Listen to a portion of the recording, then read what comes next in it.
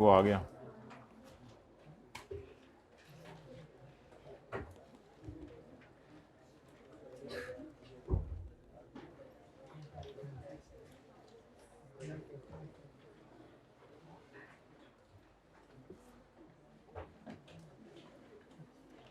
अच्छा, ये निकालें जो हम एक सवाल करे थे पास पेपर का, क्वेश्चन नंबर 7, पेज 257, पेज 257।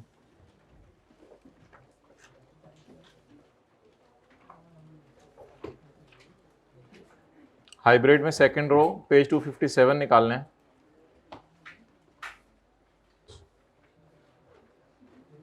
अच्छा, ये मैंने एज्यूम किया था कि ये जो सेल्स टैक्स है ये नॉन रिफंडेबल है।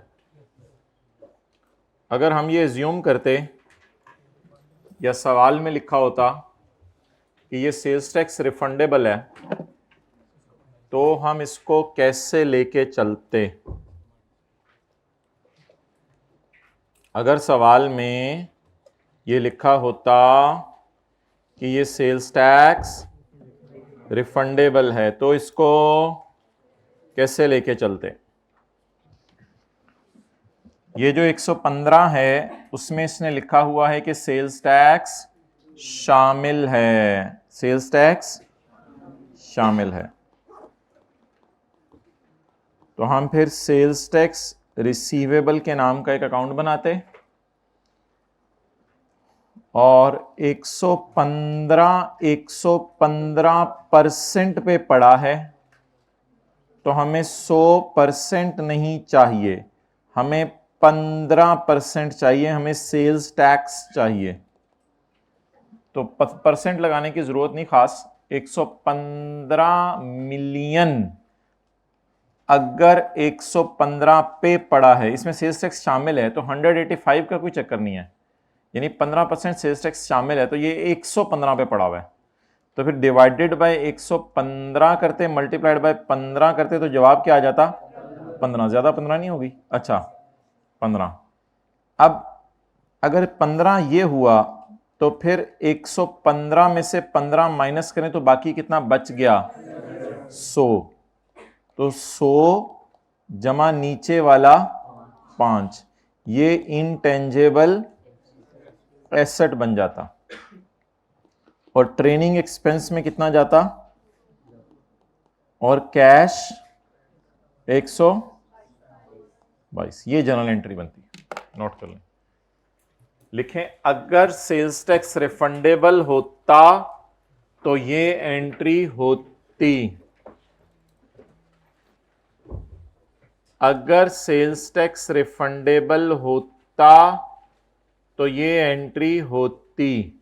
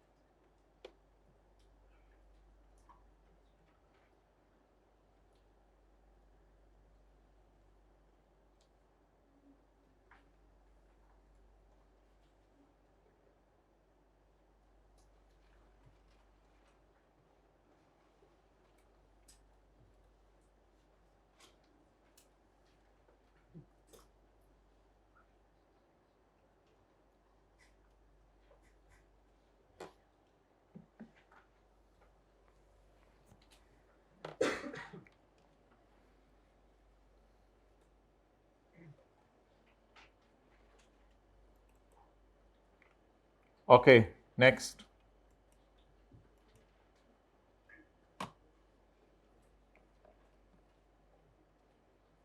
आई होप सारे हजरात तशरीफ ले आए हैं। अब आप हजरात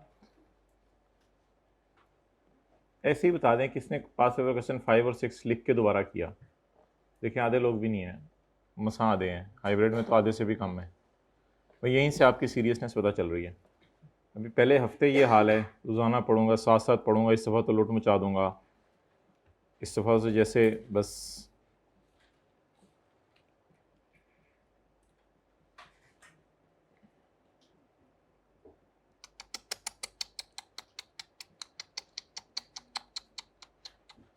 व्हाट्सएप ग्रुप बन गया आपके? WhatsApp group?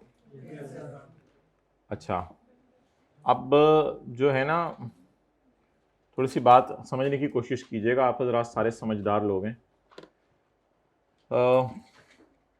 हर अटैम्प्ट में एक पेपर ऐड हो रहा है, तो जब हर अटैम्प्ट में एक पेपर ऐड हो रहा है तो टीचर के पास टीचिंग टाइम तो वही है। पहले हमने 1.5 घंटे से क्लास 1 घंटा 40 मिनट की थी, फिर पेपर ऐड होते रहे 1 घंटा 50 मिनट की, अब 2 घंटे। 2 घंटे से ज़्यादा नहीं क्लास हो सकती, दूसरे सब्जेक्ट्स भी हैं। तो इसलिए अब कुछ सवाल पास्ट पेपर के ऐसे हैं जो डिस्कसेबल हैं, लेकिन ऑब्वियसली वो क्लास में डिस्कस करने का टाइम नहीं होगा, तो वो आपको यूट्यूब की वीडियोस के ज़रिए जो है वो शेयर किए जाएंगे।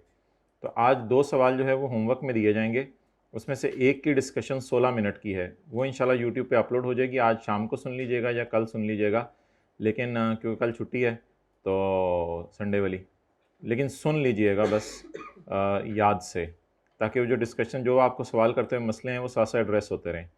तो बजाय कि अब हम एक ही टॉपिक के ऊपर लगे रहें और अगले टॉपिक्स को छोड़ते रहें, तो ये लिमिटेशन है, ज़ाहिर बात है। अब इसका हल कोई नहीं है, हर अटैम्प्ट में पेपर ऐड ही होते रहने हैं। तो अब आप सिलेबस 3 घंटे 4 घंटे की क्लास नहीं कर सकते। आज से 10 साल बाद फिर 6 घंटे की क्लास हो रही होगी। वो सारी चीज़ें पॉसिबल नहीं डिस्कस करना, लेकिन पूरा सिलेबस तो कवर करवाया जाता है। लेकिन ऑब्वियसली जिस एस्पेक्ट से चीज़ों को डिस्कस किया जाता है, तो वो तो फिर हर करने वाला आपको पता है कि अब पंगे से पंगे ही डालेगा। लेकिन हम एक रीज़नेबल एश्योरेंस ले लेते हैं, और लोग इसी प्रोसेस से गुजर के पास भी हो रहे हैं, ऐसा नहीं कि पास नहीं हो रहे। तो ये थोड़ा सा आपको ज़रा कोऑपरेट करना होगा। तो कितने को अटेंड कर लेंगे आज वीडियो? अच्छा, कितने व्हाट्सएप ग्रुप में ऐड नहीं है? ये आज जाके जो है वो एडमिशन ऑफिस में कौन बैठते हैं? नसीम साहब बैठते हैं, तो उनसे जाके अपने आप को ऐड करवा लीजिएगा। आप कहिएगा मेरा मुबारक चेहरा देख लें और मेरा मुबारक नंबर ऐड कर दें, तो वो इंशाल्लाह आपका नंबर ऐड कर देंगे। पेज 236, वरना क्रिश्चियन के चैनल के ऊपर यूट्यूब पे वैसे ही अपलोड हो जाएगा वो लेक्चर, तो वहाँ से भी आप देख सकेंगे अगर आप व्हाट्सएप ग्रुप में नहीं भी ऐड। क्वेश्चन नंबर 7, उस सवाल का शायद पेज नंबर और वो ना हो, काफ़ी मेरी पुरानी डिस्कशन है, साल डेट पहले। क्वेश्चन 2 उसके ऊपर लिखा हुआ था, लेकिन बस वो आपको मैंने होमवर्क में बता दूंगा क्या है। डिस्कशन उसी सवाल की होगी, पेज नंबर शेज नंबर खुद ही ढूंढ लीजिएगा किताब में, वो मैं होमवर्क में अभी आपको बता दूंगा पेज नंबर कौन सा है। Question number 7, page number 236। We obtained a licence for 2 years on यकम जनवरी 2012। यकम जनवरी 2012 को हमने 2 साल के लिए एक लाइसेंस लिया bye paying rupees 100 million। 100 million हमने पे करके एक लाइसेंस लिया। It can be renewed for further period of 3 years। ये अगले 3 साल के लिए क्या हो सकता है? रिन्यू हो सकता है। अच्छा जी, अब आप मुझे ये बताएं कि 2012 और 13 के लिए हमने कितने पैसे दिए? 100 million। और कितने साल के लिए रिन्यू हो सकता है? 14, 15 और 16। लेकिन इसके लिए कितने पैसे देने पड़ेंगे? 60 million। मुझे बताएं, यहां खड़े होकर जब आप लीगल लाइफ कैलकुलेट कर रहे होंगे, तो लीगल लाइफ में आप रिन्यूअल पीरियड डालेंगे नहीं डालेंगे? क्योंकि रिन्यूअल कॉस्ट मिनिमल नहीं है, इसलिए यहां खड़े होकर आपको इल्हाम, अगर आपका फर्म डिसीजन है, पक्का फैसला है आपका यहां पे खड़े होकर कि मैंने यहां रिन्यू करवाना ही करवाना है, तो भी आप लीगल लाइफ को 5 साल, क्योंकि जब स्टैंडर्ड की वाज़े गाइडेंस आ जाए तो इसमें स्टैंडर्ड ने आपसे आपकी विश पूछी नहीं। कुछ जगहों पे स्टैंडर्ड आपकी विश पूछता है, FIFO लगाना है, वेटेड एवरेज लगाना है, आपकी मर्जी है, चाहे FIFO लगा लो चाहे वेटेड एवरेज लगा लो। इधर स्टैंडर्ड ने आपको मर्जी नहीं दी, कोई चॉइस अवेलेबल नहीं है। स्टैंडर्ड ने हार्ड एंड फास्ट रूल बनाया है, अगर इस कॉस्ट को सामने रख के ये वाली cost minimal, you have no option left, आपके पास कोई ऑप्शन नहीं है सिवाय इसके कि एक ऑप्शन अवेलेबल है, वो क्या है? आप लाइफ को कितने साल लें? 2 साल, बस। 3 years कहां से हो गया? आप लाइफ को कितने साल लें? वो ओरिजिनल लाइसेंस कितने साल का है? 2 साल का। रिन्यू कितने सालों के लिए हो सकता है? कितने पैसे देके? आप बताएं, मैं यहां खड़े होकर 100 मिलियन के खरीदने की एंट्री क्या करूंगा? Intangible debit, cash credit. और इस 100 मिलियन को कितने सालों पर अमोर्टाइज करूंगा? 2 सालों पर। तो पहले साल की अमोर्टाइजेशन जल्दी बताएं 50 मिलियन, और अगले साल की अमोर्टाइजेशन 50 मिलियन। क्या ये एंट्रीज आसान सी हैं? 1 जनवरी 12 को इंटेंजिबल डेबिट, 31/12 की रात को अमोर्टाइजेशन डेबिट अकोमोलेटेड अमोर्टाइजेशन, 31/12/13 की रात को amortisation debit accumulated amortisation credit. तो यहां पे खड़े होकर मैंने 100 रुपए की खरीदने की एंट्री कर दी, यहां पे खड़े होकर 100 डिवाइडेड बाय 2 50, फिर यहां पे खड़े होकर 100 डिवाइडेड बाय 2। अब सवाल में लिखा हुआ है एज्यूमिंग कि मैंने रिन्यू करवा लिया। किस दिन रिन्यू करवाया? तो यार अब आप ऐसा करें, इसको एक नया इंटेंजिबल समझ लें या जो मर्जी समझ लें, क्योंकि पुराना तो फुली अमोर्टाइज हो गया। तो अब आप इसको नया इंटेंजिबल समझें। तो इंटेंजिबल डेबिट कैश क्रेडिट कितने से? 60। और आगे समझ आ गया क्या हुआ है?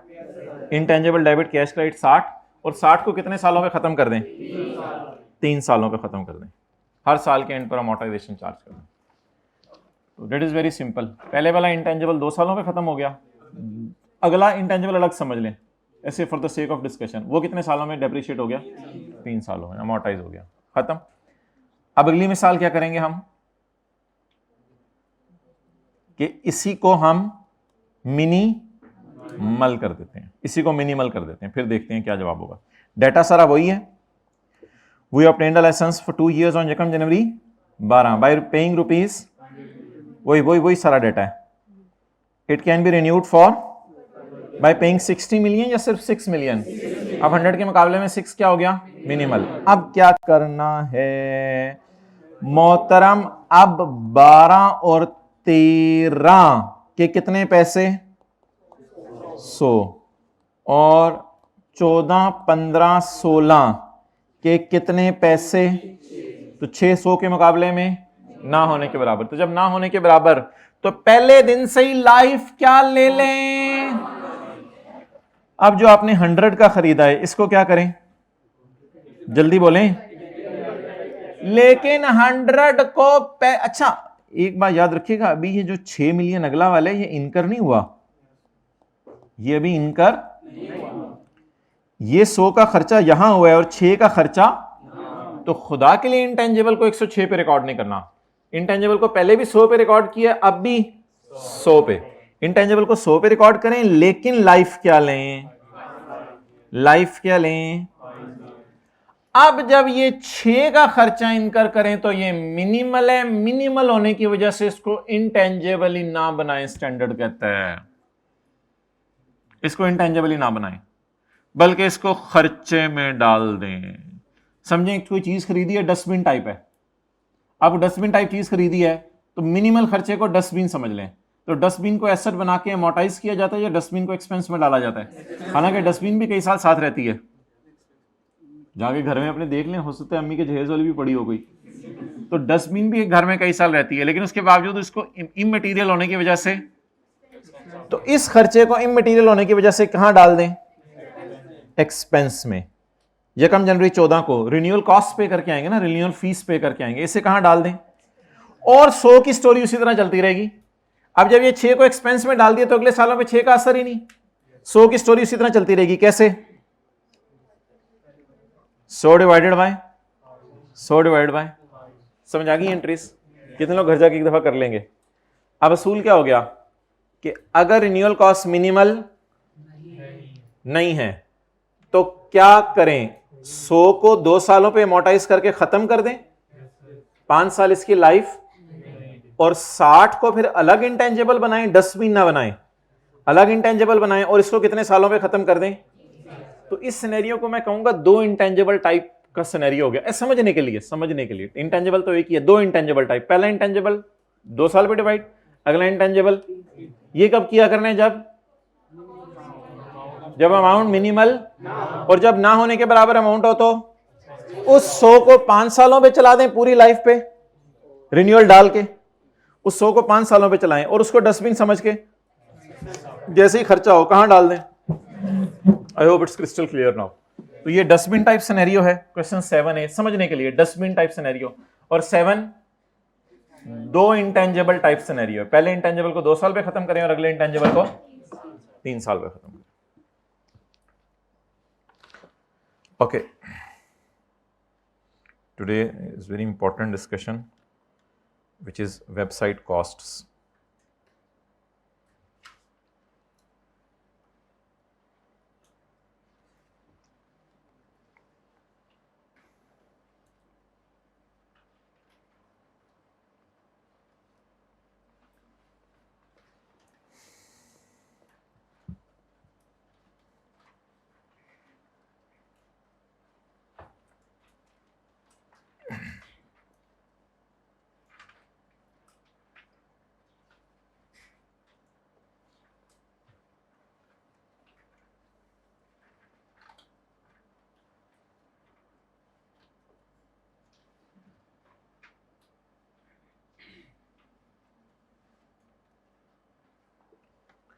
अच्छा जी, आज हमारी डिस्कशन होने लगी है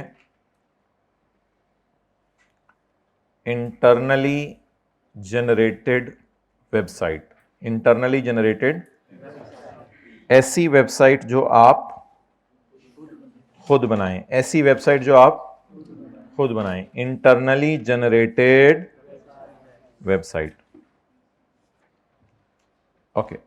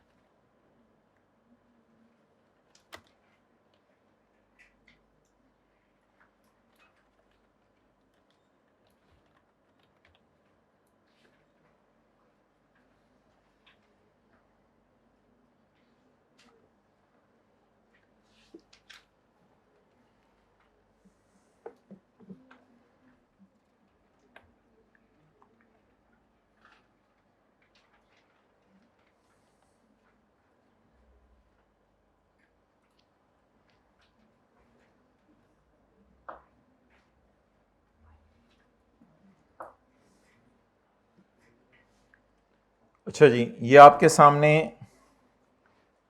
पेप्सी की वेबसाइट है।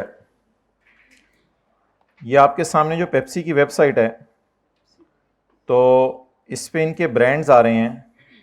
तो क्या आप इन चीज़ों को पेप्सी की वेबसाइट पर जाकर ऑनलाइन ऑर्डर कर सकते हैं या नहीं कर सकते? नहीं कर सकते। पेप्सी की वेबसाइट वाले वो नहीं, ये तो आम जनरल स्टोर है, उन्होंने वेबसाइट बनाई होती है, वहां जाके आप पेप्सी ऑर्डर करते हैं, वो अलग चीज़ है। लेकिन क्या पेप्सी को की वेबसाइट पे यहाँ कोई ऑप्शन आ रही है कि ये कितने का है? अगर लिखा भी हो रहा है ये कितने का है, तो आगे कोई ऑर्डर करने की ऑप्शन आ रही है कि अपना यूजर नेम पासवर्ड कोई बनाएं और क्रिएट करके फिर वो करें, फिर ऑनलाइन ऑर्डर करें, फिर अपना घर मंगवाएं इसलिए कि आपको एक बोतल पीने को दिल चाह रहा था, तो आपने पेप्सी की फैक्ट्री को डायरेक्ट ऑर्डर किया कि फ्रेश बोतल मेरी तरफ भेजो। तो ऐसी कोई ऑप्शन आ रही है इस वेबसाइट के ऊपर? इस वेबसाइट को पेप्सी वालों ने इंटरनली जनरेट किया होगा, अपने बंदों से बनवाया होगा इंटरनली। ये जो इंटरनली जनरेटेड वेबसाइट है, ये जो इंटरनली जनरेटेड, देखें प्राइस भी इन्होंने लिखने की जहमत नहीं की हुई, क्योंकि यहां से ऑनलाइन आपने ऑर्डर प्लेस नहीं करना। तो this website is solely for advertisement purpose. बोलें, this website is solely for advertisement purpose. Okay, अगली वेबसाइट हम खोलते हैं। बच्चे बैठे हैं ना, नेट को जरा ध्यान से चलाना पड़ता है।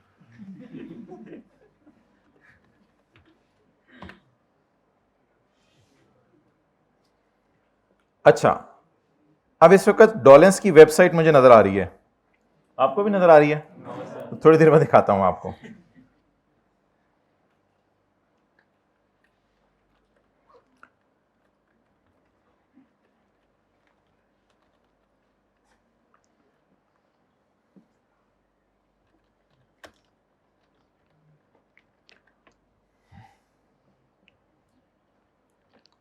हो सकता है डॉलेंस और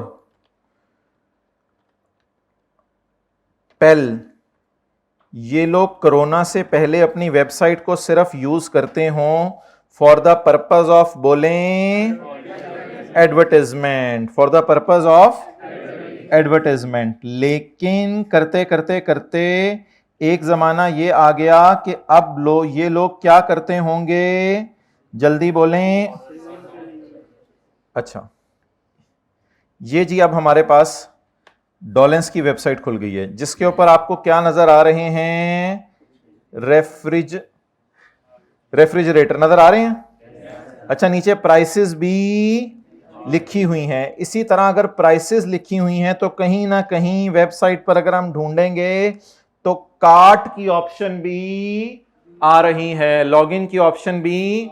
what does it mean, what does it mean? क्या ये एडवर्टाइजमेंट ये एसी का कर दें टेम्परेचर बिल्कुल 16 पे कर दें, 15 हो सकता है किसी एसी में, तो 15 वाले एसी भी आ रहे हैं आजकल, 15 पे कर दें, आ रहे हैं। तो अब मुझे ये बताएं कि ये जो रेफ्रिजरेटर हैं, तो अब इतने बड़े बड़े आ रहे हैं, बंदा भी बैठ सकता है। अब 90,000 का रेफ्रिजरेटर के बंदा तो बैठे ना कम से कम। तो अब ये जो रेफ्रिजरेटर हैं इनको आप ऑर्डर कर सकते हैं ऑनलाइन। तो क्या ये एडवर्टाइजमेंट पर्पस के लिए हैं सिर्फ, या इससे ऑनलाइन ऑर्डर भी प्लेस हो रहे हैं? ऑनलाइन ऑर्डर भी प्लेस हो रहे हैं। ओके, आप बता दें हमारी जो ये वेबसाइट कॉस्ट कहां आ रहा है किताब पे, 224। माशाल्लाह बच्चे बहुत तेज हो गए हैं, पहले से ही पढ़ के आए होते हैं। Internally generated website for external access. External access का क्या मतलब है? हम पेल के और पेप्सी के अंदर काम कर रहे हैं या एक्सटर्नल बंदे हैं? क्या एक्सटर्नली मैंने एक्सेस कर ली वेबसाइट? तो ये वेबसाइट एक्सटर्नल एक्सेस के लिए है। इसका मतलब है ये वेबसाइट उन्होंने अपने एम्प्लॉयज के लिए नहीं बनाई हुई बल्कि कस्टमर्स के लिए बनाई हुई है। अच्छा, इसमें कितने किस्म की हमने वो वेबसाइट्स देखी? 2। एक कौन सी थी? सोली फॉर एडवर्टाइजमेंट पर्पस, जैसे कि किसकी वेबसाइट हमने देखी? पेप्सी वालों की। इसको आपने इंटेंजिबल करार नहीं देना, नॉट एन, इसको बैलेंस शीट में शो नहीं करना। ये स्टैंडर्ड का हतमी फैसला है, इसको बैलेंस शीट में शो नहीं करना। इस वेबसाइट के बनाने पे जो भी खर्चा आया उसको कहां डाल दें? P&L के अंदर। लेकिन अगर वेबसाइट एक्सटर्नल एक्सेस के लिए है और फॉर प्रोडक्ट सेल वगैरह और इस मकसद के लिए यूज हो रही है, फॉर जनरेटिंग ऑर्डर्स रिसीव हो रहे हैं, तो फिर ऐसी सूरत में जल्दी बोलें, इसको आपने इनटेंजिबल के तौर पे बैलेंस शीट में शो कर देना है। एक और वेबसाइट है जो मैं आपको दिखा नहीं सकता, वो वेबसाइट है for internal access, for internal access. Example given, for employees, किसी एम्प्लॉय को यह एतराज हो सकता है, सब्र करें, किसी एम्प्लॉय को यह एतराज हो सकता है मेरी महीने की तनख्वाह ₹1,00,000 है तो मुझे 90,000 क्यों मिली है? तो उस एतराज को दूर करने के लिए ये जा सकता है अकाउंट्स वालों के पास कि आपने मेरी तनख्वाह 90,000 क्यों दी। तो इसका हल ऑर्गेनाइजेशन ने यह बनाया है कि एक वेबसाइट बना ली हुई है अपनी डिपार्टमेंट्स के लिए ही। उस वेबसाइट में जब इसको सैलरी मिलती है तो साथ ही सिस्टम में अपग्रेड हो जाता है, ये अपना यूजर नेम पासवर्ड डालता है, तो वहां 1 लाख से 90,000 के दरमियान 10,000 की डिडक्शन आ जाती है। कि 10,000 की डिडक्शन इसलिए होती है कि तुमने इस महीने बहुत ज्यादा छुट्टियां की थी। तो उसको समझ आ जाती है बात की कि मेरे साथ ये क्यों हुआ। तो ये वेबसाइट मैं और आप भी एक्सेस कर सकेंगे कि उन एम्प्लॉयज को कितनी तनख्वाह मिल रही है या ये उनके अपने लिए है। इसके अलावा ऑर्गेनाइजेशन का कोई जाती डाटा होता है जो ऑर्गेनाइजेशन आम लोगों से शेयर नहीं करना चाहती, लेकिन एम्प्लॉयज के को एक्सेस देना चाहती है। अब एम्प्लॉयज को सारी इंफॉर्मेशन पता चल जाए, मीटिंग में क्या हुआ, मीटिंग्स के क्या मिनट्स थे, वो वेबसाइट पे लगा के अपलोड करते हैं, और उनसे अगर फ्यूचर इकोनॉमिक बेनिफिट आए, यानी कई किस्म की कॉस्ट सेविंग हो जाती है, तो उनसे कोई कॉस्ट सेविंग वगैरह या इस तरह के बेनिफिट आने हो तो स्टैंडर्ड कहता है इसको भी आप कैपिटलाइज कर दो। ये ऑल डिपेंड अपॉन कि उससे कॉस्ट कैन बी, वो जो बेसिक दो रूल है, cost can be measured reliably and future economic benefits are probable. ये दोनों शर्त अपनी जगह है। इसकी भी कॉस्ट रिलायबली मेजर होनी चाहिए और फ्यूचर में बेनिफिट आने चाहिए, इसकी भी कॉस्ट रिलायबली मेजर होनी चाहिए और फ्यूचर में, अगर ये बेसिक शराइत पूरी है तो इन दोनों को हम क्या कर देंगे, इंटेंजिबल बना देंगे। लेकिन इस वेबसाइट को जो पेप्सी वाली देखी है हमने, हमेशा चलें जी नोट कर लें।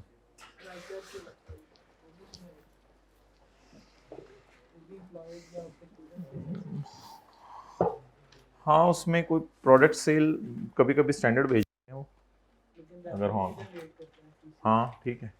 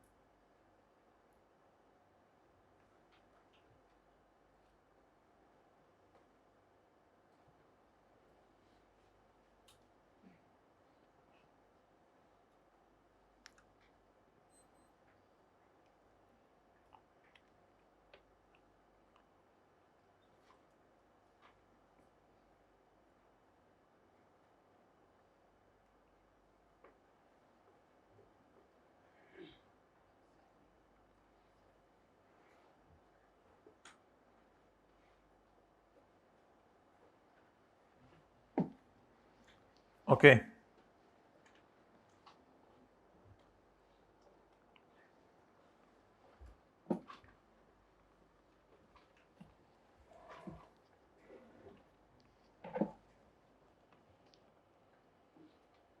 Okay next.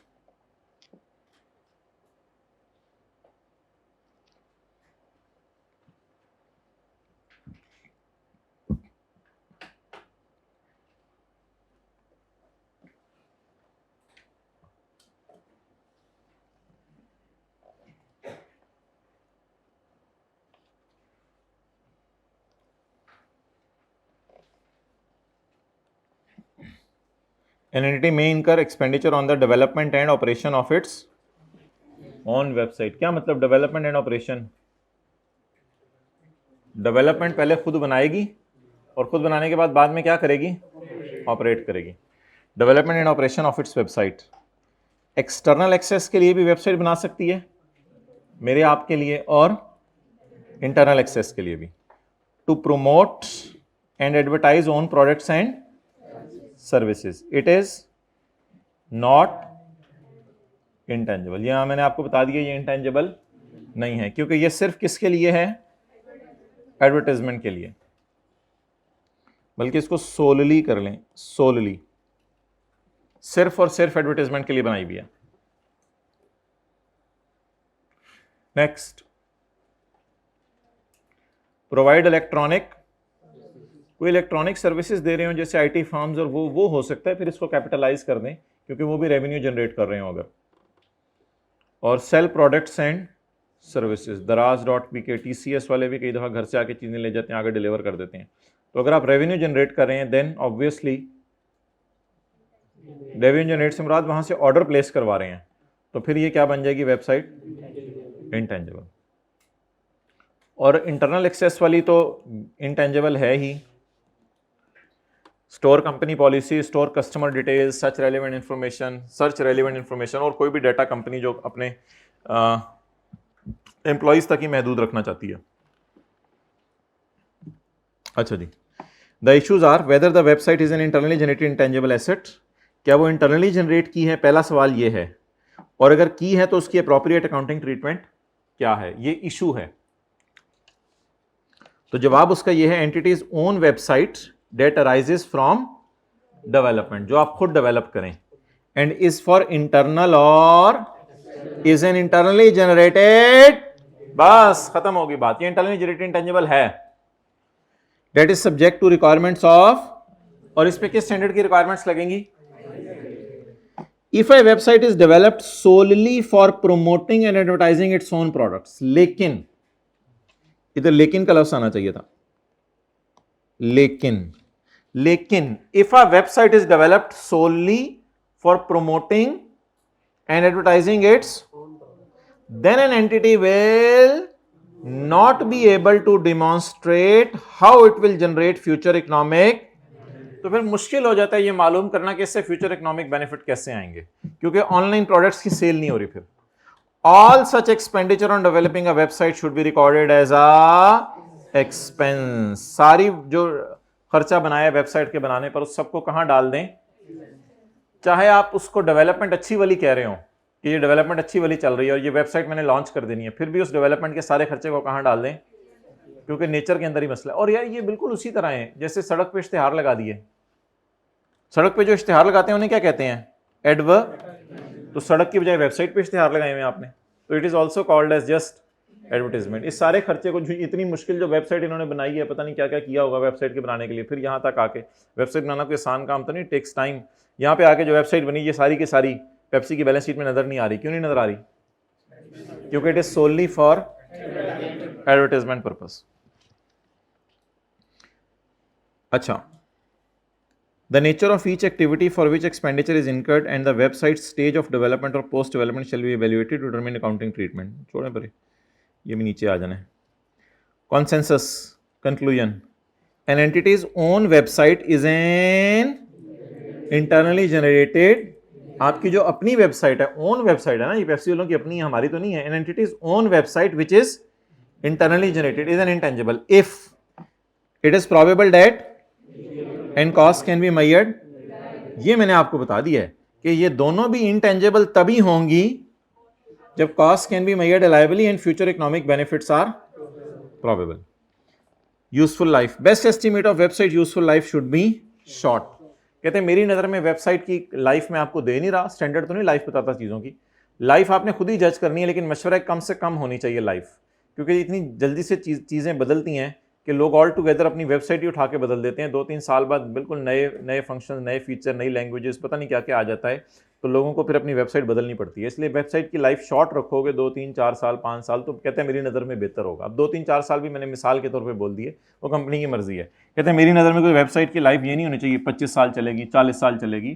टेक्नोलॉजी बड़ी जल्दी चेंज होती है, तो वेबसाइट्स आपको चेंज करनी पड़ जाती हैं। इसलिए लाइफ इसकी काम क्या रखो, मेरा मशवरा है शुड बी शॉर्ट, वेबसाइट की लाइफ शॉर्ट रखो। इसको छोड़ें जरा, अगले पेज पे आए। अच्छा जी, अब जिस तरह वहां रिसर्च की एग्जांपल्स हमने पढ़ी थी और डेवलपमेंट की एग्जांपल्स हमने पढ़ी थी, तो वेबसाइट कॉस्ट में भी रिसर्च और डेवलपमेंट है।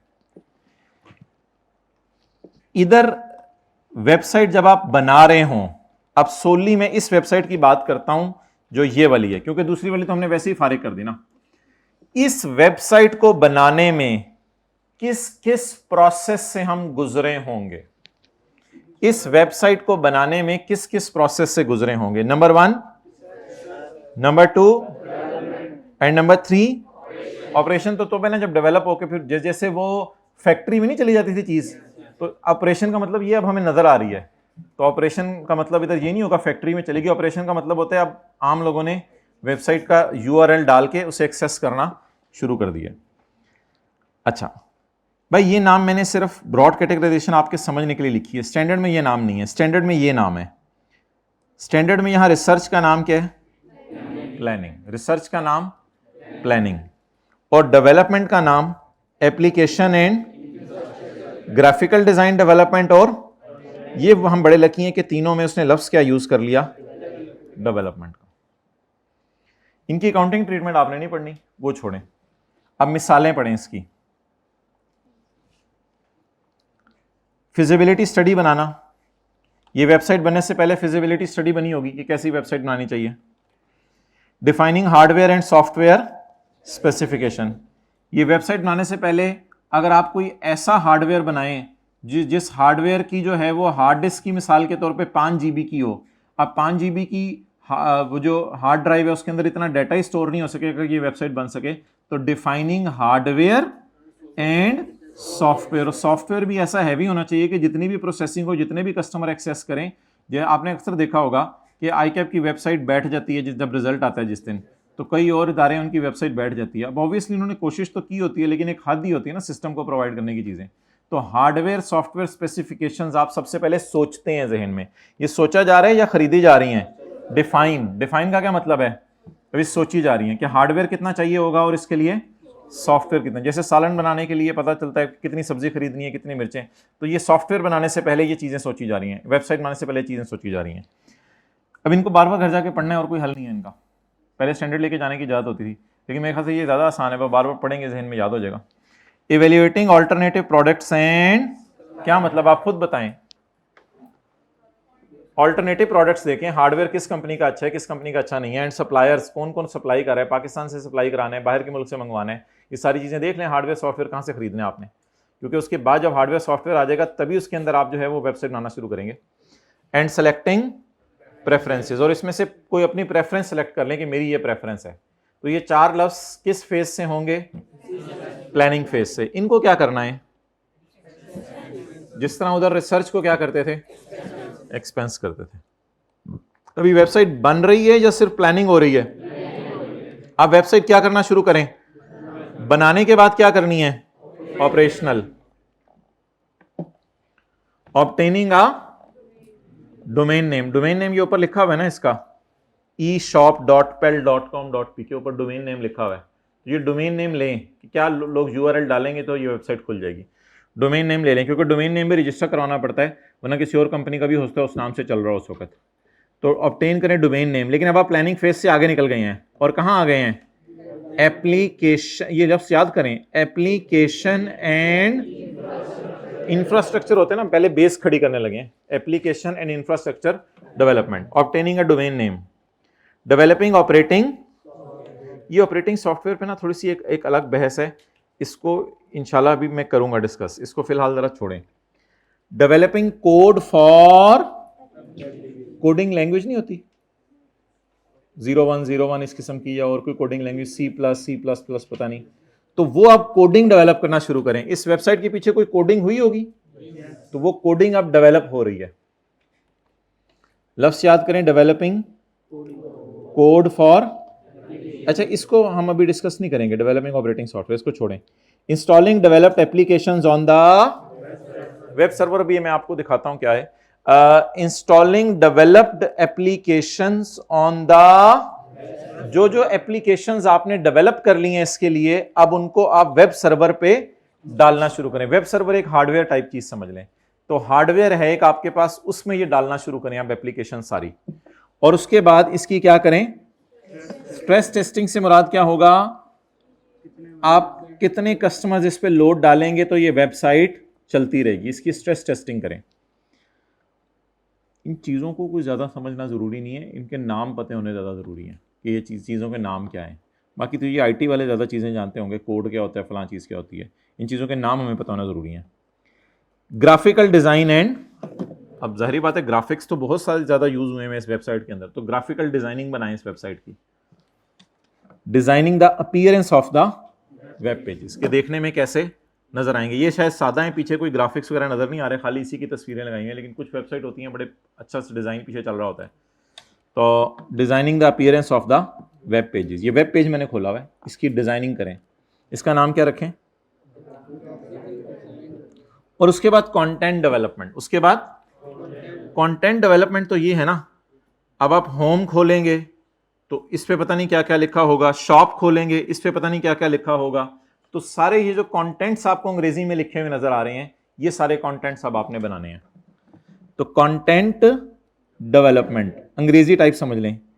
क्रिएटिंग इंफॉर्मेशन, खुद हाथों से लिखें, क्रिएट करें, या किसी से बनी बनाई इंफॉर्मेशन खरीद लें अगर आपको खुद अंग्रेजी नहीं लिखनी आती। Purchasing information, preparing and uploading information on the before the completion of, but development से पहले पहले ये सारी चीजें कंप्लीट कर लें, क्योंकि ये डेवलपमेंट चल रही है। ओके, क्योंकि ये डेवलपमेंट फेज है, तो these will be, however if recording criteria of IS 38 is, then it will be. अच्छा, रिकॉर्डिंग क्राइटेरिया वो दोनों ही हैं, कॉस्ट वाला और फ्यूचर इकोनॉमिक बेनिफिट वाला भी, और वो जो 6 क्राइटेरिया हैं वो भी इसी में कवर होंगे। वो 6 क्राइटेरिया भी होंगे, वो 6 क्राइटेरिया भी, 2 बेसिक चीजें भी कवर होंगी। 2 बेसिक चीजें कौन सी? Cost can be measured reliably and future economic benefits are probable, और 6 क्राइटेरिया, ये दोनों चीजें मीट होनी चाहिए, तब आप अपनी वेबसाइट को क्या कह सकते हैं? इनटेंजिबल। अच्छा, ये कौन सी वेबसाइट की बात हो रही है जिसकी डेवलपमेंट की सारी डिस्कशन हो रही है? ये पेल वाली वेबसाइट की बात हो रही है। पेप्सी वाली की तो डिस्कशन ही निकल गई ना। हो सकता है पेप्सी वाली वेबसाइट में भी ये सब कुछ हुआ हो, बल्कि मेरे ख्याल से हुआ होगा, पेप्सी वाली वेबसाइट में भी सब कुछ हुआ होगा, लेकिन इन द एंड जाके हमने इसको कहां डाल दिया होगा? एक्सपेंस में। लेकिन अगर ये मैं बात करूं पेल वाली वेबसाइट की, तो फिर इसको क्या करेंगे? कैपिटलाइज करेंगे।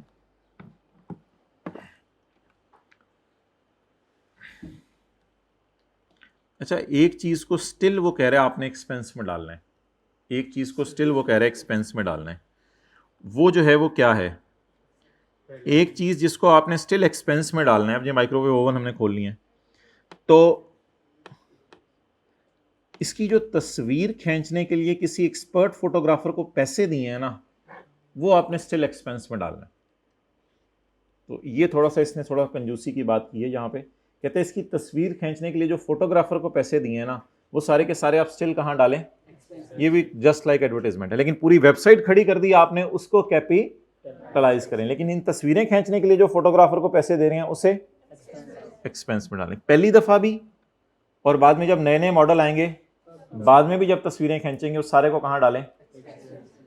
तो डेवलपमेंट फेज के दौरान एक एक्टिविटी ऐसी है वेबसाइट बनाते हुए जिसकी नेचर उसे एडवर्टाइजमेंट जैसी लगी, तो जबरदस्ती इसने इसको डेवलपमेंट फेज में होने के बावजूद, चाहे अच्छी वाली डेवलपमेंट ही चल रही थी, बावजूद कहां डाल दिया? एक्सपेंस में। पढ़ेंगे जरा, लाइन समझ आ रही है? Expenditure incurred in development phase चल रही है, हालांकि for is, for example, paid to for taking the digital।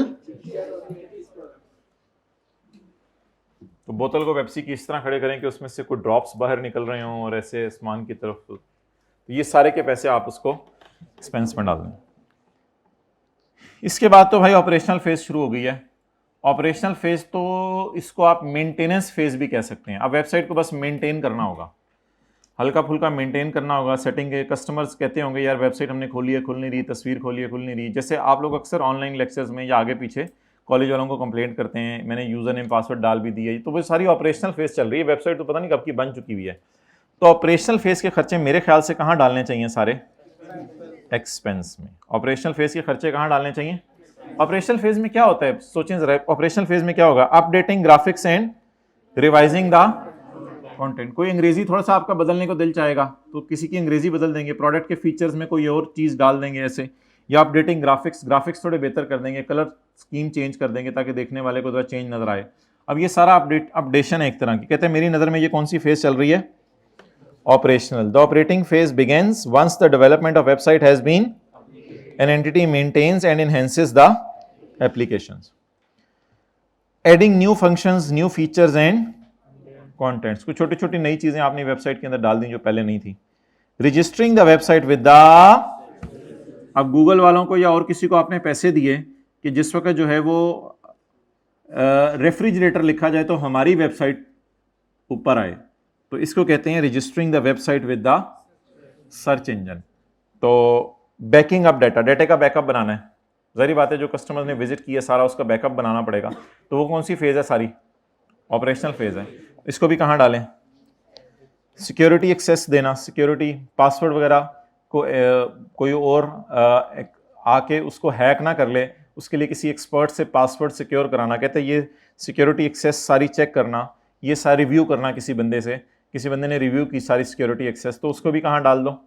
Operational phase में डाल दो। और एनालाइजिंग द यूजेज ऑफ, सुबह कितने यूजर आते हैं, शाम को कितने यूजर आते हैं, दोपहर को कितने यूजर आते हैं, इसे क्या कहेंगे?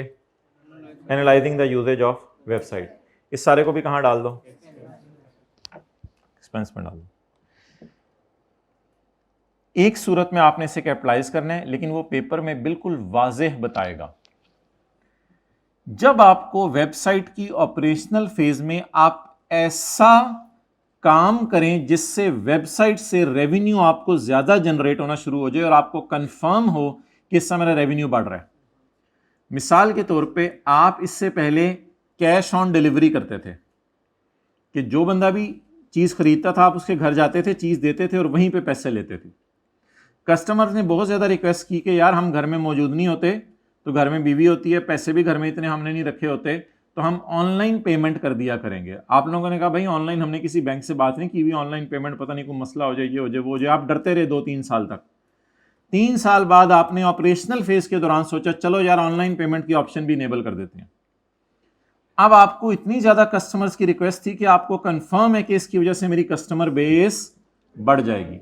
तो जिस तरह एक्स्ट्रा फीचर नहीं किसी चीज में ऐड कर देते, कल पास पेपर क्वेश्चन 5 में इंटेंजिबल 7 मिलियन का बन चुका था पिछले साल, फिर 3 मिलियन का और खर्चा कर दिया था। या एक बस में 50 कुर्सियां लगी हुई हैं, आपने दरमियान में फोल्डिंग और लगा दी 5, तो जिससे आपको वाजे पता चले कि मेरा बेनिफिट बढ़ जाएगा। खुदा ना खास्ता अगर कोई ऐसा काम कर लें, लेकिन वो सवाल बहुत वाजे लिख के बताएगा सवाल, वरना बाय डिफॉल्ट हम एज्यूम करेंगे जो भी खर्चा हो रहा है उससे एक्स्ट्रा बेनिफिट नहीं आ रहा, ये सिर्फ मेंटेन करने के लिए है। Unless it meets the IS 38 criteria for capitalization of this will subsequent expenditure है ना। अब ये जब वेबसाइट बनी थी तब तो नहीं हुआ था। This will only occur in, ये कहते हैं मैं बता दूं कि ये बहुत रेयर हुआ करेगा, आमतौर पे ऐसा नहीं होता, वैसे बहुत रेयर जाके ऐसा हुआ करेगा कि आप वेबसाइट पे ऐसा खर्चा करो जिससे आप ये साबित कर दो बाद में कि इससे रेवेन्यू बढ़ जाएगा। बाकी सेलिंग एडमिन एक्सपेंसेस होते हैं अदर, उनको तो P&L में डालना है। जनरल ओवरहेड उनको भी P&L में डालना है। Unless it can be directly attributed to preparing the website. Unless के सवाल में कोई ऐसा लफ्ज आ जाए कि these admin expenses are directly attributable for website, फिर आप उसको डाल सकते हैं, वरना वैसे लफ्ज आ जाए सेलिंग एंड एडमिन एक्सपेंसेस, उसको कहाँ डालने हैं। परसों शायद एक सवाल किया था पास पेपर का, क्वेश्चन नंबर पता नहीं 15 या 16, उसमें साथ लिखा हुआ था कि salaries and overheads directly attributable. अगर कोई डायरेक्टली एट्रीब्यूटेबल आ जाए फिर कैपिटलाइज कर दें, वरना एज ए जनरल रूल इनको एक्सपेंस में डालना है। इनएफिशिएंसीज ये होती हैं कि वेबसाइट बैठ गई और मसले आ रहे हैं, ऑर्डर रिसीव नहीं हो रहे और लोग बेचारे आपको कंप्लेंट्स कर रहे हैं, तो इनएफिशिएंटली आप ऑपरेट करें। इसकी वजह से जो आपको नुकसान हो रहा है वो एसेट की कॉस्ट में तो नहीं डालेंगे, उसको कहाँ डाल दें, एक्सपेंस में। And initial operating losses, initial operating losses आपको बताया था मैंने कि आपने पहले साल वेबसाइट बनाई तो इतनी सेल ही नहीं हुई आपकी चीज़ों की, अभी लोगों को पसंद ही नहीं आई चीज़, नई नई आपकी चीज़ है, तो वेबसाइट बनाते ही पहले साल आपको बहुत लॉसेज आ गए। उन लॉसेज को वेबसाइट की कॉस्ट में डालने हैं या लॉसेज को ग्रॉस लॉस में P&L में डाल देना है। और ये तो घिसी पिटी चीज़ है, आपको बचपन से पता है। एम्प्लॉयज़ को ट्रेन किया कि वेबसाइट को कैसे चलाना है, तो ये भी कहाँ डालना है, एक्सपेंस में डालना है। Okay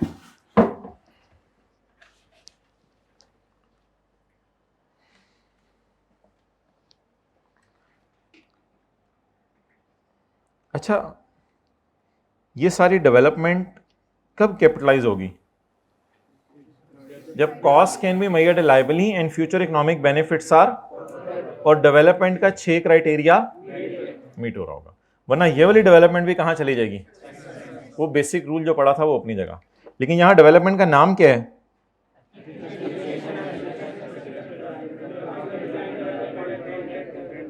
content. और उधर हमने कोई ऑपरेशनल और अदर ज्यादा नहीं पढ़ा था, इधर ऑपरेशनल और अदर की भी काफी डिटेल है। तो मेरे ख्याल से 2-3 दफा पढ़ेंगे तो ये 4 नाम आपको याद हो जाएंगे। Feasibility study, defining hardware software, evaluating alternative products and selecting. बस मैंने इसलिए पढ़ा एक दफा दोबारा कि आपके जहन में रह जाइए। और इधर नीचे आए, दरमियान वाले सारे तो कैपिटलाइज हो गए ना, अगर अच्छी वाली डेवलपमेंट चल रही है। और इधर आए, updating graphics, adding new function. लेकिन न्यू फंक्शन और फीचर्स अगर इस तरह के हों, जैसे मैंने आपको बताया ऑनलाइन पेमेंट डाल दी, तो उसमें पेपर में ये लफ्ज लिखा हुआ आएगा कि it meets the subsequent expenditure criteria. ये सब्सिक्वेंट एक्सपेंडिचर का क्राइटेरिया मीट कर रहा है कि इससे अलग बेनिफिट आना है, ज्यादा बेनिफिट आना है, फिर आप इसको क्या कर दें, वरना इसको। तो ये सारी चीजें भी कहां डालनी है, एक्सपेंस में, अनलेस के वो बात हो जाए जो आपको इनहेंसमेंट वाली बताई है, और नीचे वाली चीजें भी एक्सपेंस में डालनी है। ओके, ये जो हमने पढ़ा है सारा, इसे कहते हैं SIC 32। पहले इंटरनेशनल अकाउंटिंग स्टैंडर्ड आते थे, अब उनका नाम रख दिया गया इंटरनेशनल फाइनेंशियल रिपोर्टिंग स्टैंडर्ड्स। पहले SIC होता था, standing interpretation committee, standing interpretation committee.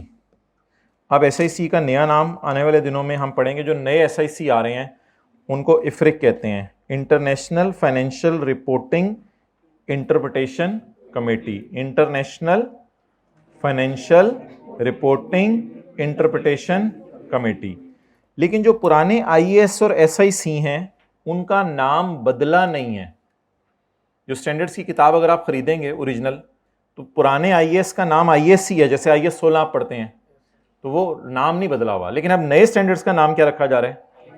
IFRS। तो इसी तरह इसका नाम SIC ही है, इसका नाम IFRIC नहीं है, तो इसको SIC क्या कहते हैं? 32। तो लोगों ने IAS 38 पे एतराज किया कि IAS 38 में वेबसाइट की डिस्कशन नहीं है, तो उसको एड्रेस करने के लिए इंटरप्रिटेशन कमेटी बैठी और उसने क्या निकाला? SIC 32। और SIC 32 के अंदर फिर ये चीजें डाली। तो ये तो ऐसी एक जनरल सी आपसे मैंने बात की, शायद लिखने की जरूरत नहीं है। तो स्टैंडर्ड इंटरप्रिटेशन कमेटी की 32 नंबर इंटरप्रिटेशन है जिसमें ये सारी बातें उसने डिस्कस की हैं। ओके,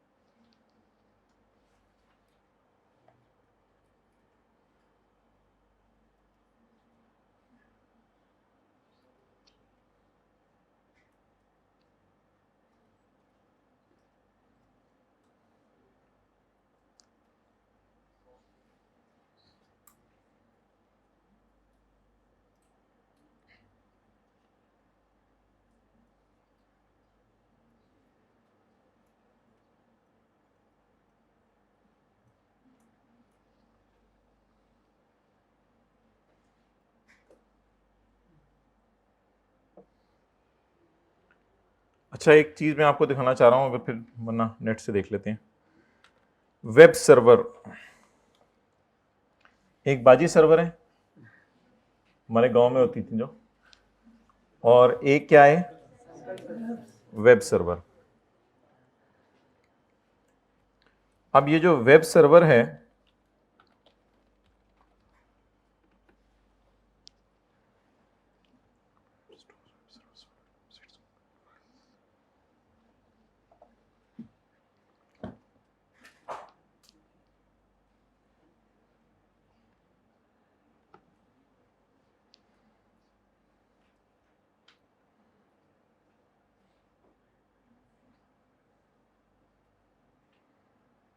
वेब सर्वर समझ लें बड़े बड़े कमरे होते हैं, उसके अंदर एक हार्डवेयर पड़ा होता है और ये 24/7 चलता रहता है। इसको बिजली की सप्लाई अनइंटरप्टेड दी जाती है।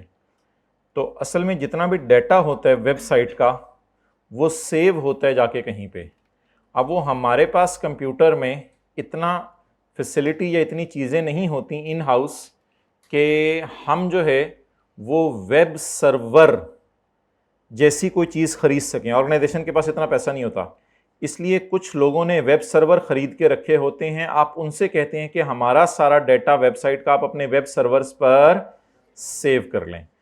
तो लेकिन कुछ ऑर्गेनाइजेशंस इतनी अमीर भी हो जाती हैं कि वो वेब सर्वर खुद खरीद सकती हैं, और अगर वो अपना कंप्यूटर बंद भी करके चले जाएं तो वेब सर्वर में उनका डाटा हर वक्त महफूज रहता है, वेब सर्वर हर वक्त ओपन रहता है। आप रात को भी 2 बजे उस ऑर्गेनाइजेशन की वेबसाइट खोलें तो कोई मसला नहीं होगा, सारे वेब पेजेस आप इजीली एक्सेस कर लेंगे। अच्छा,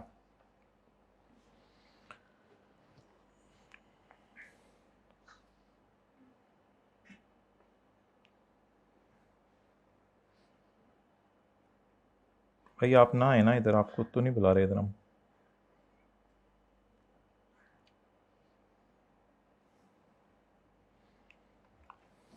अब ये देखें, सिंपल सी उसने डायग्राम से बना समझा दिया सब कुछ। ये वेब ब्राउजर है, ये रिक्वेस्ट भेजेगा इंटरनेट के जरिए, और ये रिक्वेस्ट किसके पास जाएगी? वेब सर्वर के पास। वेब सर्वर क्या करेगा? रिस्पांस देगा इंटरनेट को, और इंटरनेट से रिस्पांस। तो क्योंकि वेब सर्वर पे सारा डाटा क्या हुआ था, अब वेब सर्वर को आपने वेबसाइट की कॉस्ट में नहीं डालना क्योंकि ये हार्डवेयर है।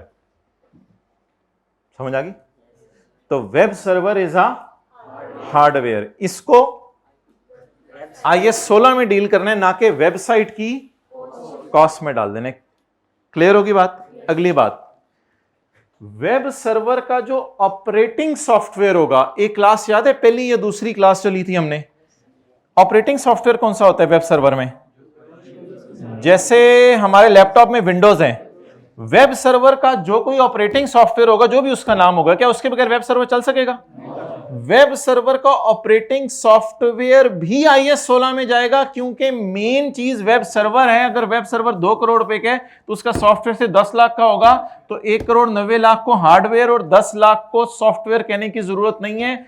इसके हार्डवेयर और इसके अंदर वाले ऑपरेटिंग सॉफ्टवेयर दोनों का क्या नाम रख देंगे? PPE, और इसको कहां फॉल करा देंगे?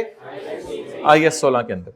अब SIC 32 क्या वेब सर्वर खरीदने पे लगेगा या नहीं लगेगा? नहीं लगेगा। हालांकि हमारे वेबसाइट की पेजेस यहीं स्टोर हुए होंगे, लेकिन ये क्या है? हार्डवेयर। इसकी डेप्रिसिएशन आप जो है वो डिस्कशन फिर हो सकती है कि इसकी जितनी डेप्रिसिएशन है, अगर आप उसमें डालना चाहो वेबसाइट की कॉस्ट में, डेवलपमेंट अच्छी वाली फेज की। अच्छा किधर आ रहे हैं भाई? पास वो सॉरी, ये किस पेज पे थे हम?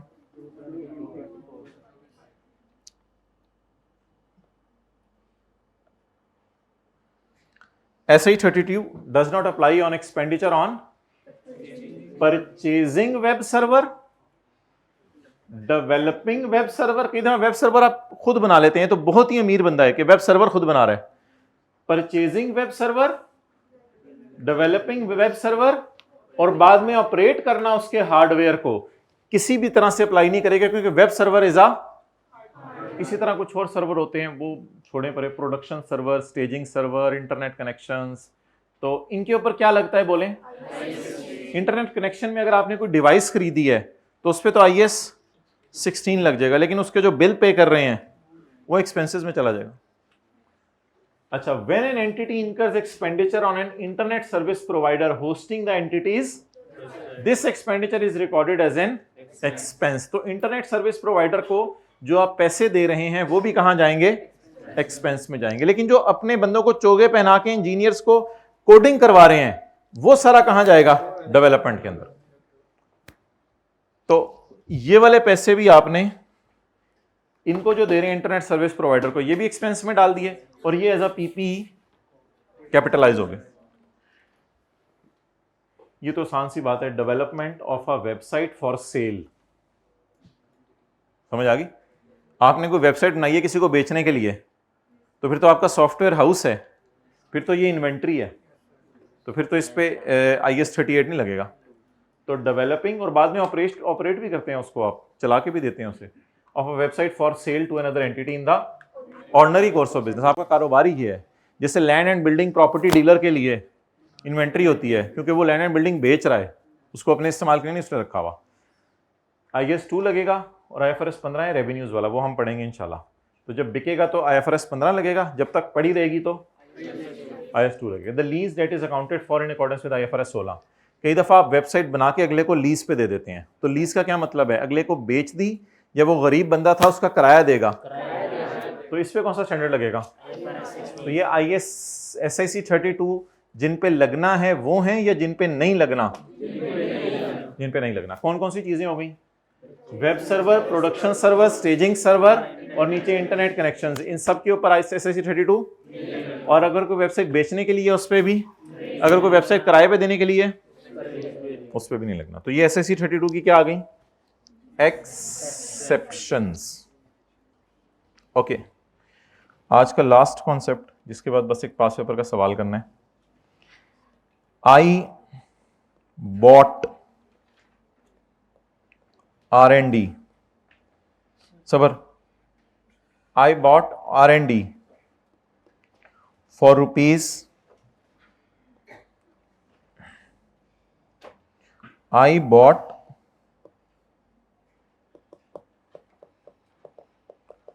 partially developed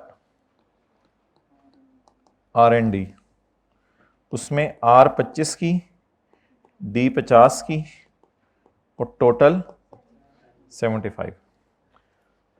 गोरमे वालों ने कहा कि हमने करेले का पिज़्ज़ा बनाना है, तो करेला फ्लेवर में पिज़्ज़ा बनाना है। अब उन्होंने उसको पार्शली डेवलप कर लिया था, रिसर्च फेज भी खत्म हो गई थी, पार्शली डेवलप भी कर लिया था, लेकिन बीच में जाके उन्होंने कहा यार बोंगी मारी है, छोड़ो परे। तो डोमिनोज पिज़्ज़ा वालों ने अप्रोच किया उनको और उन्होंने कहा हम परचेज करते हैं। अब हम किसकी काउंटिंग करने लगे हैं? डोमिनोज वालों की। उन्होंने क्या लिखा हुआ है? I bought partially develop R&D। फिर आई इनकर्ड, बाद में जब वो चीज मेरे पास आई तो मैंने थोड़ी सी बोंगी मार के और रिसर्च की। मैंने कहा पहले रिसर्च तो कर लें, और रिसर्च करने के बाद फिर मैंने डेवलपमेंट की। ठीक है, अब स्टैंडर्ड ये कहता है कि अगर आप कभी जिंदगी में R&D खरीदो, ये क्लास में पहली दफा बात हो रही है, R&D कभी नहीं खरीदी थी हमने।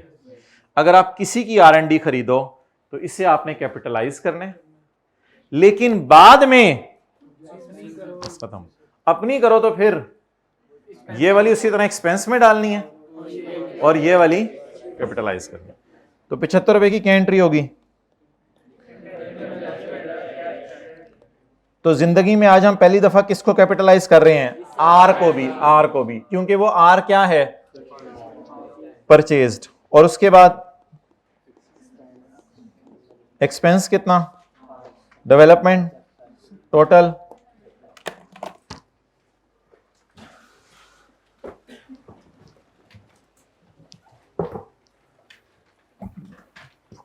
तो आर कब जा सकती है एसेट की कॉस्ट में?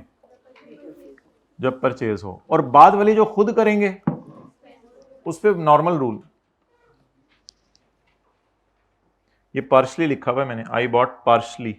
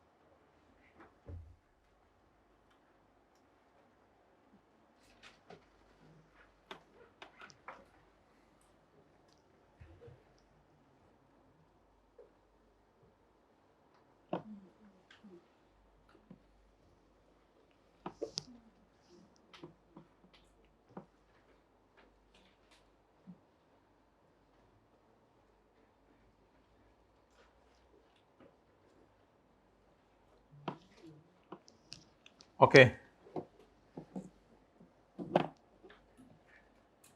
Past paper question number 9।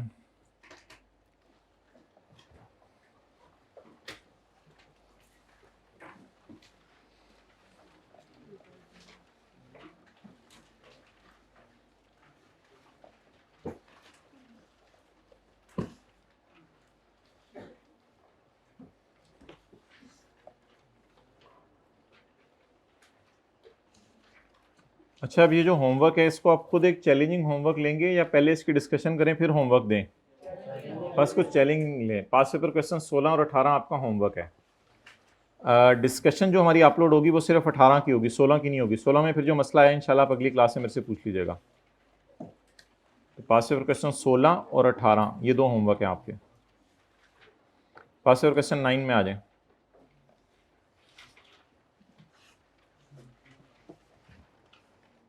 Zinc limited is a broadcasting company. Zinc limited एक ब्रॉडकास्टिंग कंपनी है and uses revaluation model for subsequent measurement of its intangibles wherever possible. Following information pertains to ZL's intangible assets required. In accordance with the requirements of IFRS, prepare a note on for inclusion in ZL's financial statement for the year ended 31 December 2018 in respect of above. Total column is not required का क्या मतलब है? Intangibles तीनों लिख के आगे total नहीं करना, 3 इंटेंजिबल्स ना 1, 2 और 3। चलें शुरू करें। 31 दिसंबर 2018। कंपनी का नाम zinc limited. Note to the financial statements for 31 December 2018। Note number 7 intangibles gross carrying amount opening.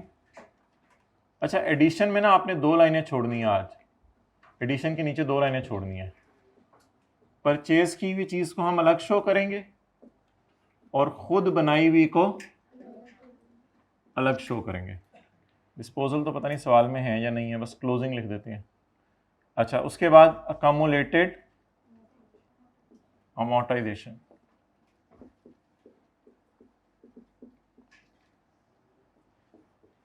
माजरत थोड़ी सी लाइन फील हो रही है, कट गई है नहीं। अकमुलेटेड अमोर्टाइजेशन, ओपनिंग, अमोर्टाइजेशन और क्लोजिंग वगैरह। चलें जी, पहले इंटेंजिबल का नाम देखते हैं और उसकी ट्रीटमेंट देखते हैं।